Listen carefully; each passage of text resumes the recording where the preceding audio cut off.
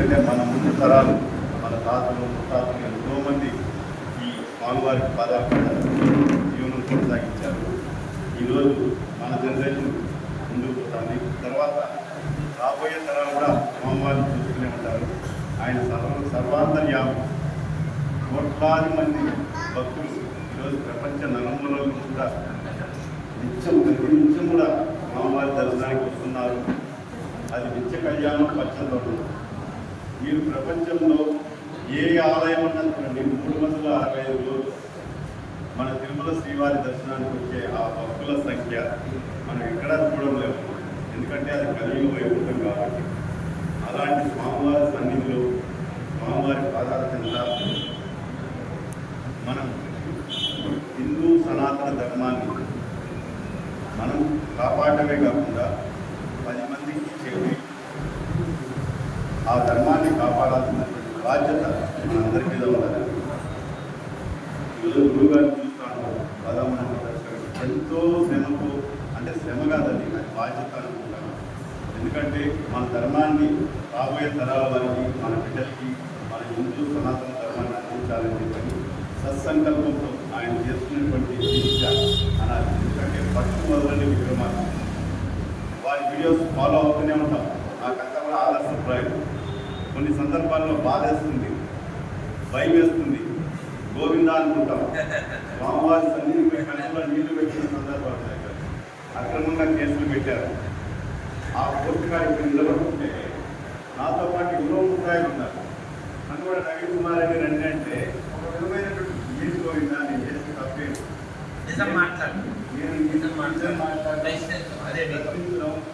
తప్ప అని బాధపడ్డాను.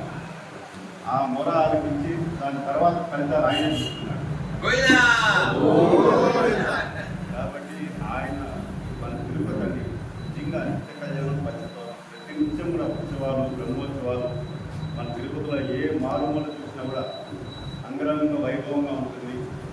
ఇలాంటి పవిత్ర పుణ్యక్షేత్రంలో నేను స్వామివారి ద్వారా ఒకటి కీర్తి ఐకాన్ని తీసుకెళ్లాలని విజ్ఞప్తి చేస్తున్నాను. ప్రతి నిత్యం తిరుమల పవిత్రత, హిందూ సనాతన ధర్మం. ఎందుకంటే ఇక్కడ టీటీడీకి సంబంధించినటువంటి అనుబంధ ఆలయాలు అనేకం ఉన్నాయి.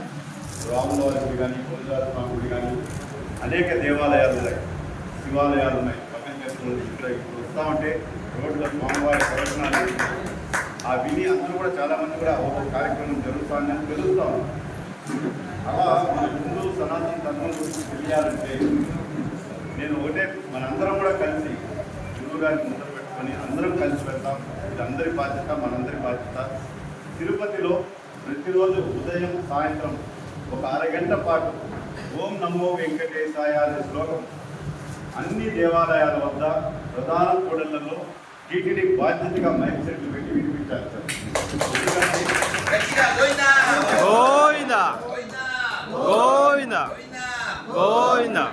ఆ నామస్మరణ అనేది ఈ పవిత్ర పుణ్యక్షేత్రంలో మనం కానీ వింటే చాలు, మన జన్మ చరితాత్మకం అవుతుంది. కాబట్టి ఎవరెవరో ఒకరి గురించి మనం అడగాల్సిన వల్ల మనం మన ధర్మం గురించి మాట్లాడుతున్నాం. మన ధర్మం మన స్వామివారి దగ్గర ఉన్నాం కాబట్టి అన్ని మతాల వారు ఇక్కడ జీవనం కొనసాగిస్తున్నారు. కాబట్టి ఒక అరగంట పాటు ఉదయం సాయంత్రం శ్రీరామ నవమి వచ్చినప్పుడు మేము అనేక పర్యాయాలు టీటీడీ వాళ్ళకి చెప్తాం, అయ్యా దయచేసి ఈ రామ చాంటింగ్ ఏదైతే ఉందో శ్రీరామ రామ రామేంది రమే రామే మనోరమే సహస్రనామ తత్తుల్యం శ్రీరామనామ వరానని అది ప్రతినిత్యం పెట్టండి. శ్రీరామనవమి ఉత్సవం రోజు మాత్రమే కాకుండా ఒక రోజులో ఒక 10 నిమిషాలు అరగంట ఒక టైం కేటాయించి టీటీడీ ధర్మం కోసం, హిందూ సనాతన ధర్మాన్ని ప్రపంచమంతా తీసుకెళ్తున్నామని కోట్లాది రూపాయలు ఎక్కడెక్కడో పోయి కడుతున్నారు, ఖర్చు పెడుతున్నారు. ఇక్కడికి వచ్చే యాత్రికులు రైల్వే స్టేషన్ ఉంది, బస్ స్టాండ్ ఉంది, ఆడ దిగతానే మనకు ఎదురయ్యే షాపులు చూస్తే బాధేస్తుంది. అలాంటి చోట దిగిన ప్రతి భక్తుడికి కూడా ఒక పులకరించిపోవాలి. ఆధ్యాత్మిక నగరంలో మనం అడుగు పెట్టాము, ఆ గోవింద నామస్మరణ వినపడింది అన్న ఒక పులకరింపుతో స్వామివారి దర్శనానికి నడిచి వెళ్ళే వాళ్ళు కానీ బస్సుల్లో వెళ్ళాలి.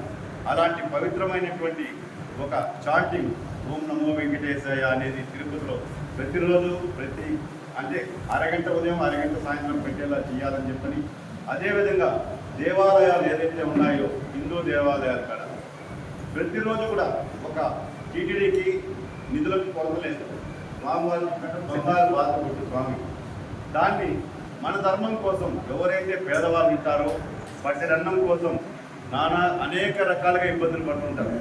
దేవాలయాల దగ్గర ఒక 500 మందికి టీటీడీ సహకారంతో వాళ్ళకి భోజనం పెట్టే ముందు ఈ విధంగా వాళ్ళందరినీ కూర్చోబెట్టి మన ధర్మం గురించి, అంటే వాళ్ళు చదువురాని వాళ్ళైనా కూడా గోవిందాన్ని వాళ్ళ దగ్గర పలికించగలిగినామంటే, శ్రీరామ అని చెప్పి పలికించగలిగినామంటే వాళ్ళల్లో కూడా ఒక సత్ప్రవర్తన అనేది వస్తుంది. చాలామంది చెడు అలవాట్లకు బానిసలు ఉంటారు, దుర్వ్యసనాలకు బానిసలు ఉంటారు, లేదా అక్రమ సంపాదనకు అలవాటు పడిపోయింటారు, ఏదో తప్పులు చేస్తూ ఉంటారు.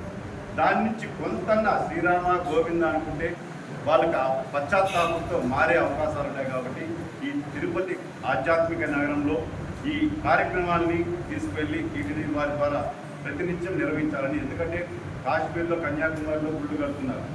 అదేవిధంగా ట్రస్టుల గురించి చెప్పాలంటే శ్రీవాణి ట్రస్ట్ అని పెట్టారు. నేను చాలా బాధ చేస్తుందండి. ఈరోజు కూడా గురుగారు చెప్తున్నాను, 10,500 వెంకటేశ్వర స్వామికి 2 చేతులు జోడించి దండం పెట్టాలంటే ఒక వ్యక్తి 10,500 కట్టాలంటే ఏ ఆలయంలో ఉన్నా ఉందా? ఎందుకు ఈ విధంగా మమ్మల్ని మా స్వామిని దూరం చేస్తున్నారు?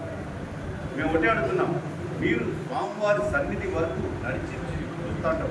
ఈ పక్క తమిళనాడు నుంచి కర్ణాటక నుంచి రోడ్లలో చెప్పులు లేకుండా ఎండకు ఎండుతూ వానకు తడుగుతూ ఆ రాళ్లలో పుచ్చుకుంటా ఉంటే కూడా గోవిందాంత పసుపు బట్టలు వేసుకొని నడిచొస్తారు. రెప్పపాటు స్వామివారిని చూడనీయకుండా దేవిజలకానికి మహాలగ అని చెప్పి ఆ అధర్మారెడ్డి పెట్టారు. ఆ లఘు మహాలఘు ఈ ఆంక్షలు ఏంటంటే రైతులు భగవంతుడికి భక్తుడికి అనుసంధానం దగ్గరికి తీసుకుంది. గర్భగుడిలో అడుగు పెడితే ఎంతో సంతృప్తిగా ఉంటుంది. ఆ గర్భగుడిలో కూడా భక్తుల్ని ప్రవేశించనీయకుండా ఏ విజయ కానించే నెట్టేస్తామనేది చాలా తప్పది. దయచేసి గర్భగుడిలోకి ప్రతి భక్తుడు కూడా వెళ్ళాలి గోవిందనామ స్మరణతో. అలా చేయాలని చెప్పి ఈ లఘు దర్శనాన్ని దాన్ని పులిస్టాప్ పెట్టాలని చెప్పి కోరుకుంటున్నా. అదేవిధంగా ఆ క్యూ కాంప్లెక్స్ చూసినామంటే గతంలో వైకుంఠం 1 వైకుంఠం 2 అనేది దానిలో 80,000 మంది వచ్చినా 1,00,000 మంది వచ్చినా అక్కడే కూర్చునేవారు. కానీ ఈరోజు గోగర్భం డ్యామ్ వరకు క్యూ లైన్లు పెంచేశారు.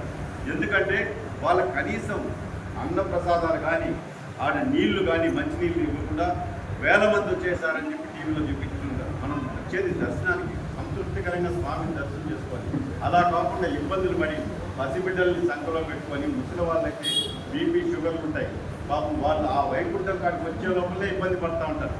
కాబట్టి ఇవన్నీ ఉన్నాయి. ఇవన్నీ కూడా గురువుగారి ద్వారా నేను ఒకటే విజ్ఞప్తి చేస్తాను, మీరు ఎప్పుడు చెప్తాము మనం అందరం కూడా కలిసి, ఇది మనమందరి బాధ్యతగా తీసుకొని మనమంతా కలిసి టీటీడీలో ఇప్పుడు కొత్త అధికారులు